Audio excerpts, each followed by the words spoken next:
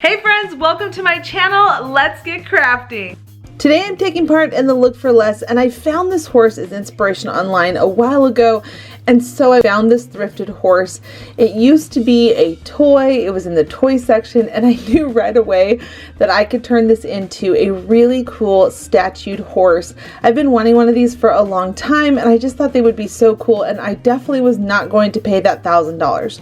So I started by lessening the amount of hair that the horse had on it by cutting it in half, and then I gave it a haircut and pulled out all of that extra hair that was in there that I did not want, because we want to lessen the amount. That way when you go to mold it and shape it, you're not going to struggle with there being so much of it. And you could leave it long if your horse you find at your thrift stores has long horse hair. You're totally fine doing that, but I wanted mine to be a little bit shorter. I also did the same thing with the tail. I trimmed it, cut it in half, and then brushed out all the extra that I did not want to have in there so that I can shape it well. Now what we're going to do is we're going to take 1 part Mod Podge and then 1 part white paint, and we're going to mix it together really well, because we are going to massage this into the hair of the horse. This is going to allow it to be able to dry rock hard, and it's going to allow you to be able to shape it and keep the structure of it when you go to work on the next step after this part. So what you're going to do is you're just going to brush it in with a regular brush. I recommend using gloves because this part is really messy, and since all of us are home right now and when we do go out to stores, most of us have these gloves on hand right now just to stay safe and healthy. So go ahead and put your gloves on, and then what I recommend is just taking the pieces of hair at certain strands and just keep playing with it and massaging it into place to get it to where you want. Once you've got it settled and you like the way it looks, go ahead and take that brush and add some more of that paint Mod Podge combo, and you're going to just lightly brush it over it, making sure that it's nice and pretty much caked on there so that when it dries, it's going to stick to the horse and it's going to be rock hard. And then you're going to do the same thing with the tail. Just position it where you want it to be and then add some more to make sure it was nice and sealed. So once you've got all of that in place and it's dried for quite some time, I would recommend letting it dry overnight. You want it to be really dry before we do the next part. You can see here that I'm tapping it, that it is rock hard, and I can touch it and it's not moving. We're going to take some spackle, and you can get this spackle at the Dollar Tree. This just happens to be a bigger tub that I have. And then we're going to start filling in those holes where the horse's hair is put into the horse's body and also down at its tail. And then we're going to start taking it with our hands and start smoothing it over the horse's body to give it that stone type texture to it. Just have fun with this. It can be messy. You can wear gloves again if you want to, but I like using my hands. It's just how I always do it here on my channel. And then you're just going to just rub it all over the whole horse's body. Make sure you get in all the spots so it looks consistent. Once that's all dry, you can take it outside and spray paint it a really dark gray color, and then you can start adding in the texture.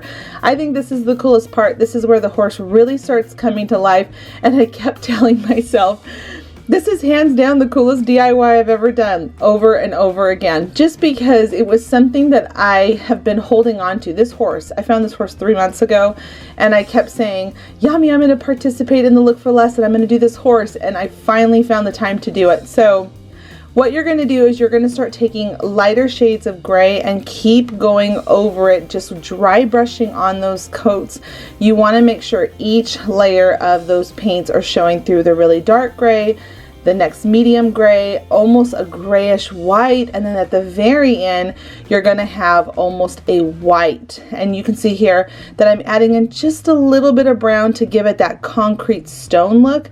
And you don't want to lose the very dark color as the base.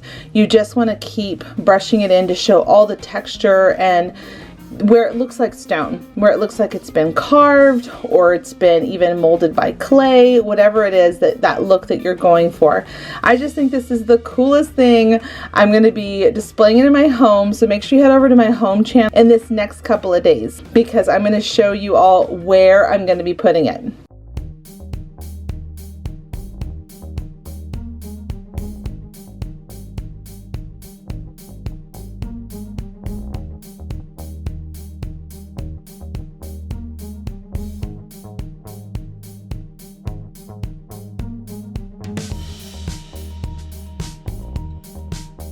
Today I'm participating in the Look for Less, which is put on by Yami from the Latina next door. I love Yami. She is one of my dear friends. We talk on the phone all the time, and I just think she's the world. Anyway.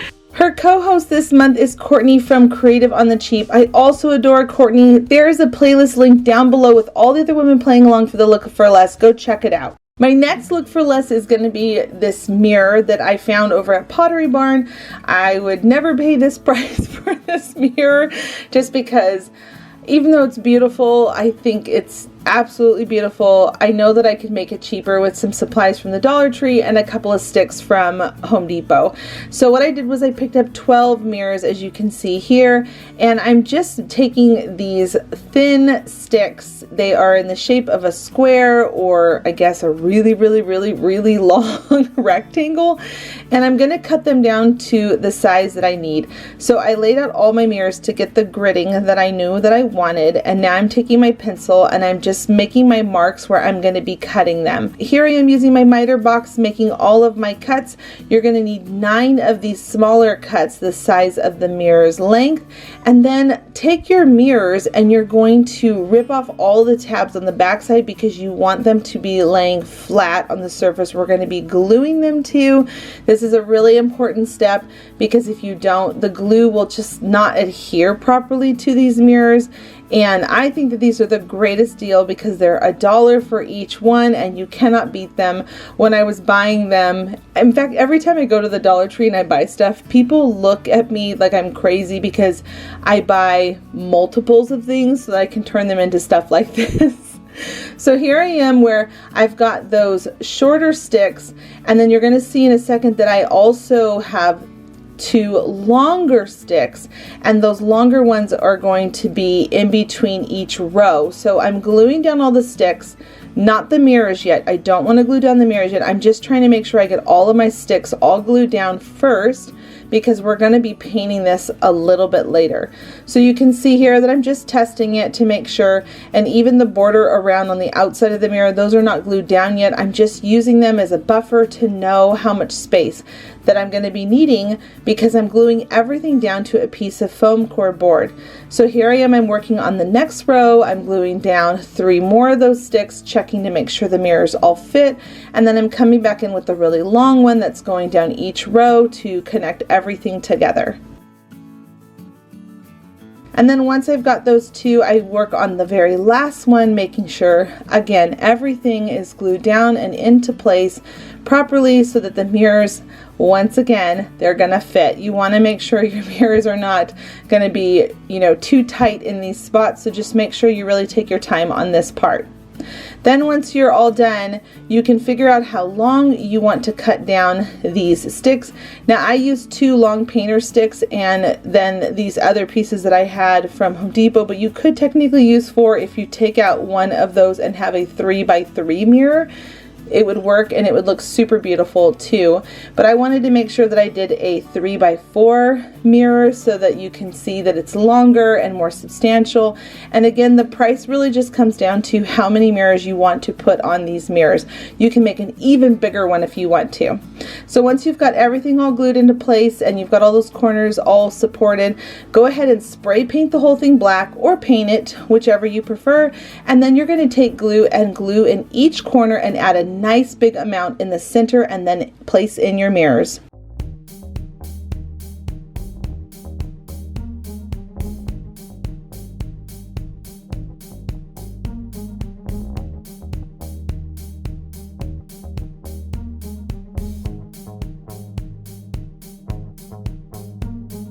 If you haven't already yet, please give this video a thumbs up. It means so much to me and it really helps out my channel. And if you are a YouTuber and have not heard, I host a monthly challenge called the DIY Challenge. The next one is happening on May 8th at 1 p.m. Eastern Standard Time. These are all the rules to play along, and the theme this month is create whatever you want. I hope you join in. I love this challenge. Our next DIY is going to be inspiration from this fantastic, adorable Etsy shop that I found online, Teal barn signs. They have the cutest things there, and I wanted to make my own version at a Dollar Tree price. I'm going to link their Etsy shop down below. Go and check them out. They have so many other cute things that you definitely should check out. But what I did was I went online and I created my own printable with some vintage strawberry free images that I found, and I turned them into a printable that is free for all of you down below if you want to make this particular one. Now the Teal barn has so many other cute signs. Go and check them out like I said, but this one I just had to do it. I couldn't help myself. I wanted you all to be able to have this free printable and make one for yourselves for just $1.50. Now that's not including the ink, so make sure you keep that in mind when you're printing this. It could be just a little bit more, maybe like $2.50, but really it's just not that much. And I will say that I did print on cardstock to make the paper a little bit strong and sturdier. So once you've got everything printed out, go ahead and cut it all up and use an X-Acto knife where you need to get into those small spots, and just make sure you cut all the way up to the image that I have put together for you in the free printable that's linked down below. If you haven't already and you're enjoying this video and you're new to my channel, my name is Heidi Sonboul, and I hope that you will consider to click that subscribe button. I do DIY videos here on my channel, Heidi Sonboul DIY. I try to post 3 times a week. I love doing these videos for you all, and I love crafting. If you didn't know, I also have another channel that is called Heidi Sonboul Home, and over on that channel is where I typically show me putting these DIYs that I make in my home. I do clean with me's and basically just the day-to-day life of what our home is and keeping it tidy and organized and just loving our home. Also, if you decide to make any of these DIYs and you want to come over and say hi to me and tag me in them, or just coming over to say hi in general, I'm over on Instagram under the name Heidi Sonboul. Come by and say hi to me. I love connecting with people over there and seeing what you're up to in your craft rooms. So please do come by and say hi. All right, at this point we're going to take a small fine tip brush and some very light gray paint, and we're going to start creating some shiplap lines. Take your time, they don't have to be perfect. I didn't even use any pencil trace lines. I just went over them very lightly with my paint, and once I got them where I liked them, I took some even lighter gray paint, and now I'm dry brushing on just a little bit of texture to make it look like wood. Once you have that, you're going to go ahead and take that printable that you cut out earlier, and you're going to start positioning it on there to the places that you like it. Again, we're going off with the inspiration to show you all how these type of signs are just so doable and so cute to be able to bring into your home. If this is not your thing in making these, you could always purchase them, especially from cute Etsy shops like I linked down below and the inspiration that this came from. But I just love these kind of signs. I think that they bring so much personality into a room, and just they're fun. They're really fun. Once you've got all your letters all in place, you're going to go ahead and start using some Mod Podge, and you're going to start painting some down and then pressing your letters down into it. Make sure you try to get all the air bubbles out. It's going to naturally want to bubble because that's just what happens when you wet cardstock. So just keep playing with it until it's nice and smooth, but take your time to make sure it's down. And once you put it down, keep in mind that you're not going to want to move it again because it can rip that cardstock that you're working with. Now here is a tip. Once you have gotten all of your things glued down on the back side and it comes to sealing it on the front side, you're going to want to take a nice amount of Mod Podge, and you're going to want to make sure that you don't brush over your image too many times. The green and the red is naturally going to want to bleed onto your backing of your cardstock. If that happens, you can wipe it up a little bit if you see it bleeding through, but just be really cautious to put a lot on your brush and try to do as little strokes as possible away from the backing of that foam cord board, because you just want to make sure that it's a nice clean image and it doesn't look like it's bleeding all over the place. So just take your time with this. Have a little wipey on hand. If it does bleed a little bit, you can wipe up where you need to, and just continue to move on until you get all the way across the whole board. Once you've got all of that sealed and done, you're then going to take one of those stickers from the Dollar Tree. I love these number stickers. I know so many of us have them. You're going to go ahead and just take number 5 or whatever you want to charge for your berry patch strawberries, and you're going to go ahead and just seal that with some more Mod Podge. I figure that this is one thing that I wouldn't do a printable for, just because so many of us have those stickers. And then I'm also going to take the really small stickers, also from the Dollar Tree, and I'm going to spell out on the bottom and customize my sign different from what the inspiration was, just for the respect of the artist who created this sign over on her Etsy shop. I'm going to put down there Fresh Fruit Daily. I thought that was a really cute thing to put down there at the bottom, but you really could put whatever you want. You could even put your family's name. How cute could that be to have this in your home for spring going into summertime? Then, because I decided not to put anything towards the top, customizing it and making it my own, I took off about 2.5 inches from the top, and I just used my X-Acto knife to cut away. Now we're going to start working on the border. This is where we end up saving a ton of money making this sign, because I took another foam core board and I took 2 inches thick, and I went the whole length of the board so that I can make these long strips. And these are going to go all the way around our frame. You're going to see here in just a second. But what I'm doing is I'm taking some brown paint, black paint, and white paint, and I'm mixing it together, and I just keep going over it with different strokes, playing with it until I get it to a look that I want it to look, where it kind of matches the inspiration. Make sure you get the sides of it as well as the top, because you don't want to have that white border. People will know right away that it's foam core and not wood. Now here is one more tip about these foam core boards. When you work with Mod Podge, they are going to naturally want to start to buckle, because when that glue dries, it's going to pull tight. So just make sure that you bend it back a little bit to straighten it out. And then here I am with these borders. You can see here that I'm tucking them under, and I'm going to make sure that I have them all nice and aligned. I'm going to add some hot glue on the back side of the poster. This is the easiest way I found to do it. So add the hot glue and then flip the poster over and put it onto that brown border that we created. You're going to do the top and bottom first, and then you're going to do the sides. And I liked doing it this way because that way it just goes on nicely and you don't struggle with these things trying to attach them. So once you've got one side on and you flip it over and do the other side, and you're using a nice amount of hot glue, you're then going to take your craft knife and you're going to cut off those extra tabs that are hanging over. We don't want those parts on there because we want it to make it look, we want to make it look basically like a frame. So go ahead and cut those off, and then before you wash your paintbrush and the paint that we were using earlier for the frames, you can see there where we cut, there is now going to be some exposed parts.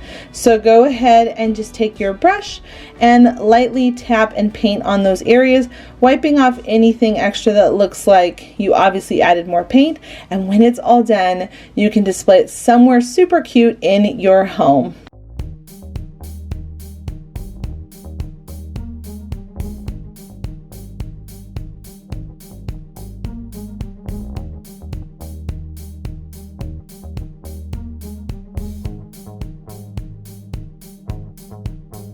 Thanks so much for stopping by today and watching this video. Leave me a comment down below to let me know what you think of the horse that I made and the other Look for Lesses. And until the next episode, bye friends.